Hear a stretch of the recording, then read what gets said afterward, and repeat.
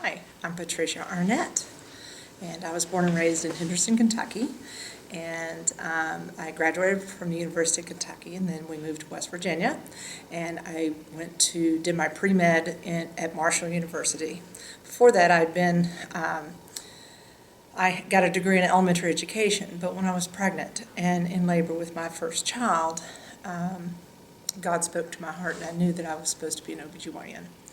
So after graduating and moving to West Virginia, I then went to Marshall University and did my pre-med and majored in chemistry. Then I went to the West Virginia School of Osteopathic Medicine that I found to be home to me. At that school, they adopt you into the family, and I loved it there. After that, I decided to have another child and stayed out for a couple of years so I can have another child, and worked as a general practitioner in Point Pleasant, West Virginia. After that, I did my residency up at Cuyahoga Falls outside of Akron, which is now part of the SUMA Health System residency program. Worked there for a couple of years for my daughter to graduate high school, and then moved to Butler, Pennsylvania, where I'm still currently in practice as a general OBGYN. I always knew I wanted to be an OBGYN. There was no doubt. I didn't want to do any kind of as a matter of fact, my clinical rotations were all a struggle because I only wanted to do OBGYN. So I only, with my rotations, everything I would rotate, any clinical information, for me, it had to apply to women's health. So how did you get involved with ACOOG? I'm very passionate about this question because I got involved in ACOOG very simply. I think it was the first year of the resident reporter program. I had the opportunity to go to San Antonio, Texas as a resident reporter. I, of course, never would have been able to afford to go there as a resident, and back then the residents really didn't get paid well at all. I think my salary was $27,000 a year at that point. And so I went to the resident reporter program and was absolutely so amazed at the camaraderie and the fellowship and the fun that the older members of the college had for each other. I mean, while I was there, the people would be coming in and they would be hugging and kissing and so happy to see one another. And I'm like, wow, that is so cool. And I believe that year, if I'm not mistaken, I believe that Dr. Polk was actually president. He was either incoming or outgoing. And I looked at some of those older docs, and I just knew that I wanted to be a part of such a fun organization that obviously enjoyed the kindred spirit and the camaraderie, and I wanted to have that as well. I encouraged Wyeth through the years to always continue that, which they sponsored for a long, long time, and I was very happy about that. That's awesome. So then after resident reporter, what did you do? Start getting involved in committees and then eventually the board? Yes. I don't even know the answers to those questions. So, I mean, so with that, I came whenever I could. We had a very small program, so I even think I got to do another resident reporter program. By the way, my first experience with the resident reporter program, I actually had an article that got published in a magazine, so that was kind of awesome. Since then, I came back several times, even as a resident, and then as a practitioner, I have come almost every single year, and then I got involved on the CMEC committee first, where Dr. Van Steenwyck was my mentor for that. And then she became president, and I took over as chairman of CMEC, which was very daunting. It was a very daunting task because I hadn't been on the committee for very long, and so it was kind of frightening to me. But we had some great conferences, and I was able to chair a couple of very awesome conferences and got to experience that. And then we had a changeover in people, and I then moved to the Membership and Promotions Committee, and I really loved that because it was, to me, that was just pure fun and joy. I enjoy recruiting and mentoring people, and I love what I do, so my enthusiasm kind of shows. So I really loved the Membership and Promotion Committee, and it was while I was on that committee that I got involved with the NSS and the beginning of that, and the VPROF program. I believe the VPROF program came just before the NSS. That was Dr. Kruger that helped develop that VPROF program. And because in my practice, I don't teach residents, I have students, though. That was one of the conditions of me going to that practice was, they had never had a student in the hospital, and not a medical student. And I said, the only way I will come here is if you let me take students. Because did I mention I was a teacher before? And I love to teach. So I needed the students to come to me, and because I needed to keep the teaching going.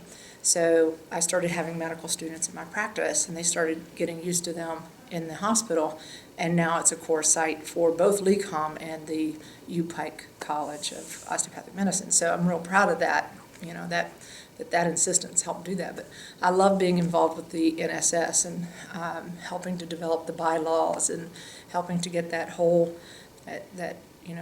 especially with Dr. Bose and Dr. Wolf, they really set the groundwork, and we were able to make it into something really awesome. And I hope it even becomes awesomer? No, more awesome? Fabulous. That's what we want. Fabulous. That's great. Because if you get the students, they will become residents.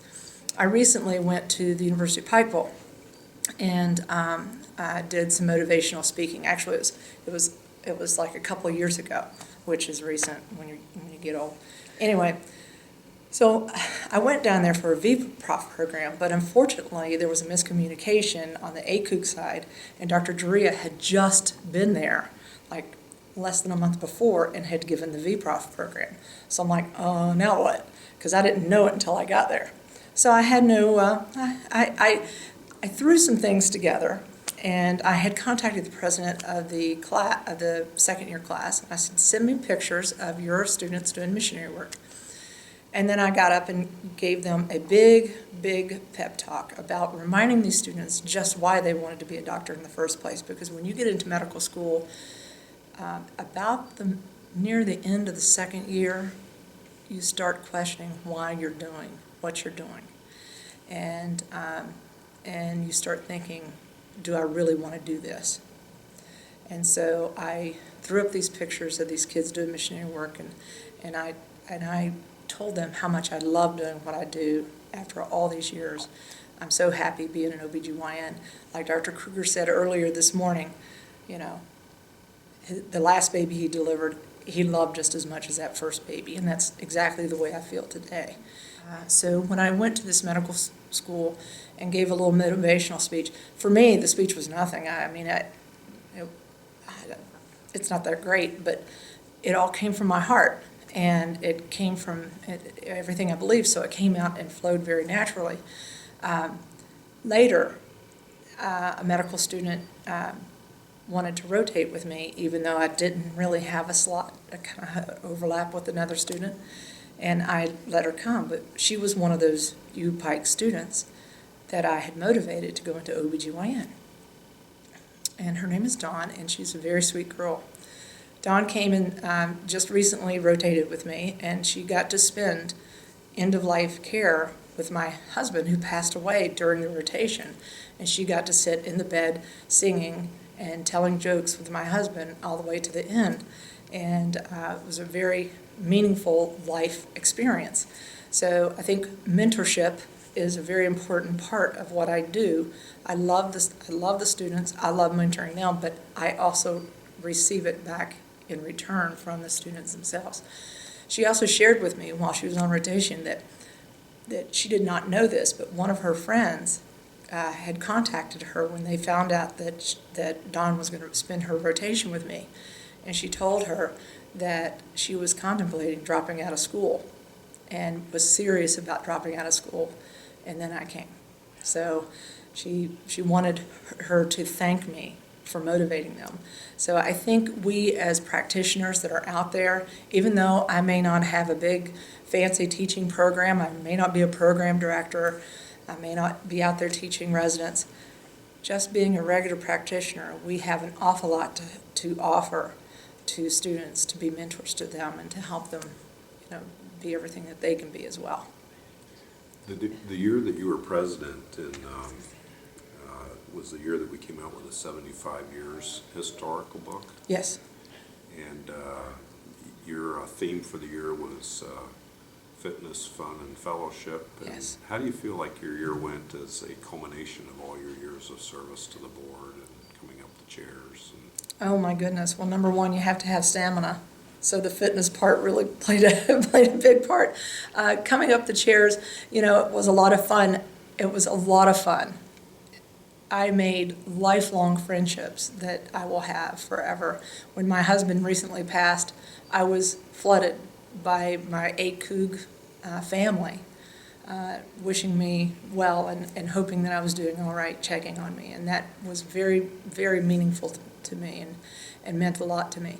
I always feel like you should have life balance, and that you should have, you should be dedicated to what you do, which I am, but you need to have a nice balance with your personal life as well. And I love showing that to the medical students, because that's why a lot of students won't go into OBGYN, because they think that our lifestyles are awful. Well, come spend a month with me. You'll know that it's about fellowship and fun and maintaining a healthy life family balance, and trying to do good work at your profession, and trying to help women and help take care of them through the good and the bad.